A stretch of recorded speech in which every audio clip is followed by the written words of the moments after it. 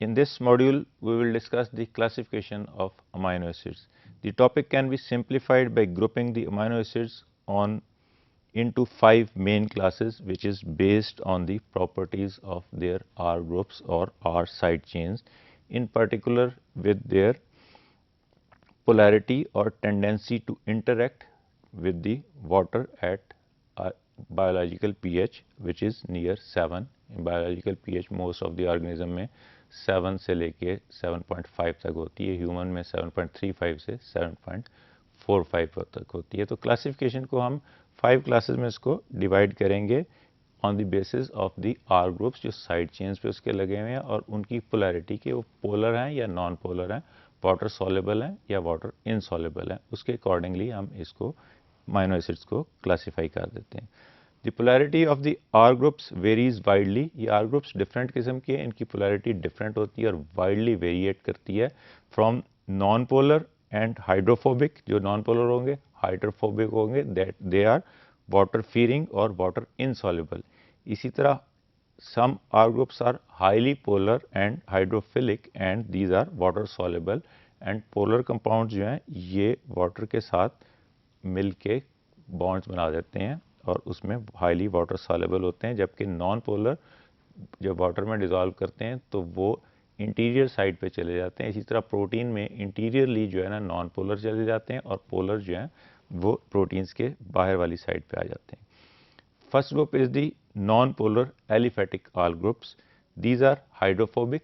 It means कि ये water के साथ मिसिबल नहीं है, वाटर के साथ हाइड्रोजन बॉन्डिंग नहीं बनाते, उसमें ये वाटर लविंग नहीं होते, उससे दूर रहते हैं और वाटर के साथ इनकी solubility, हाइड्रोजन बॉन्डिंग और वो अवेलेबल नहीं होती।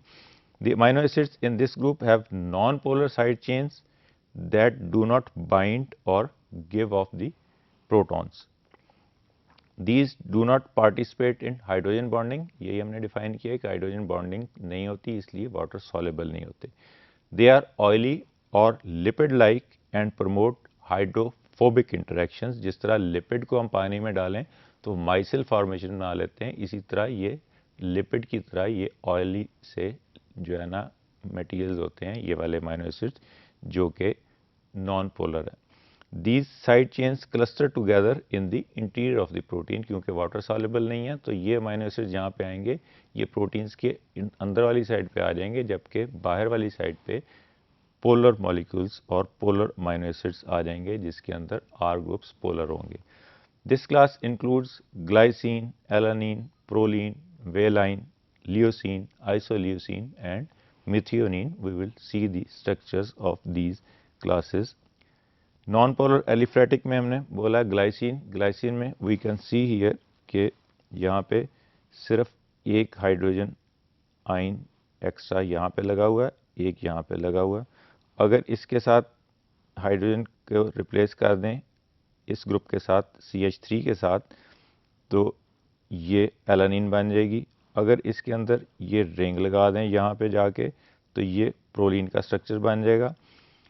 अगर इसी एलानिन के साथ दो CH3 एक CH3 इधर और एक इधर ऐड कर दें तो ये वेलाइन बन जाएगा।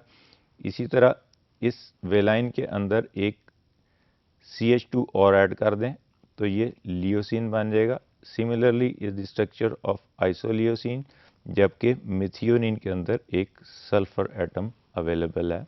सो this is the structure of these non polar aliphatic R groups amino acids which are defined or shown here in the structural formula.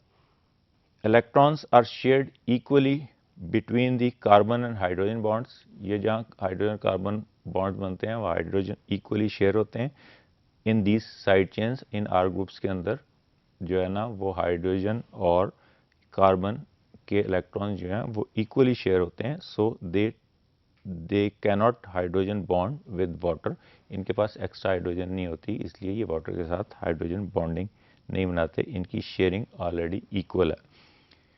Within proteins, these amino acid side chains will cluster together to form hydrophobic cores हमने पहले define किया है कि जब ये वाले amino acids non polar R groups वाले आ जाते हैं, ये ऑयली से होते हैं, ये वाटर सॉल्युबल नहीं होते, तो ये हर प्रोटीन के इनसाइड में चले जाते हैं, उसका इनसाइड कोर बना लेते हैं, जबकि आउटसाइड क्लस्टर जो है उसका वो वाटर सॉल्युबल जो है ना अमीनो एसिड जिसके साथ पोलर आर ग्रुप्स लगे हुए हैं उसके ज़रिए से बनता है।